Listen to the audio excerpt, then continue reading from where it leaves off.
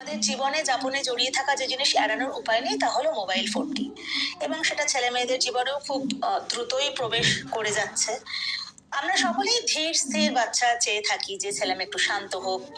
Mobile phone কিন্তু সেই স্থির করে দেয় এক লহমায়। হাতে ফোন নিয়ে একটি ছেলে মেয়ে বসে আছে মানে তার জগৎটা সেখানে সীমাবদ্ধ।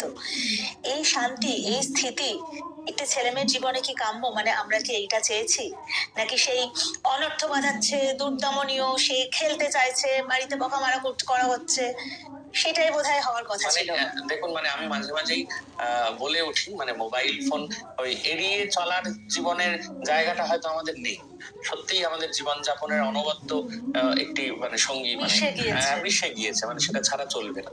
তবে সন্তানদের ক্ষেত্রে বাবা মায়েদের যেটি খুব জরুরি, সেটি হচ্ছে ছেলে মেয়েরা কি ধরনের ব্যবহার করছে, মোবাইল ফোনটা কি পারপাসে ব্যবহার করছে, সেটি কিন্তু লক্ষ্য রাখাটা ভীষণ জরুরি।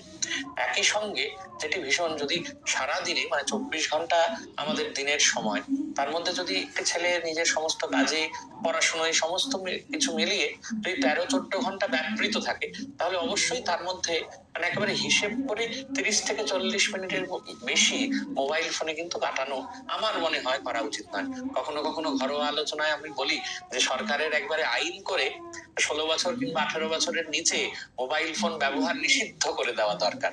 কারণ বাচ্চাদের জন্য, শিশু মনে, কিশোর মনে, তরুণ মনে কিন্তু এর সুপ্রভাবের থেকে কুপ্রভাবটাই হয়তো বেশি।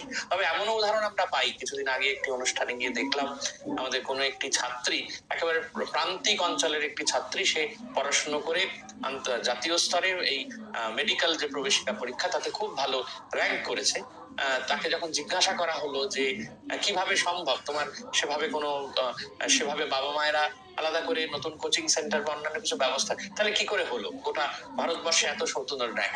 মেয়েটি সুন্দর বলল, একটি মোবাইল ফোনের ইউটিউব ভিডিও দেখে আমি কিন্তু পড়াশোনা করেছি।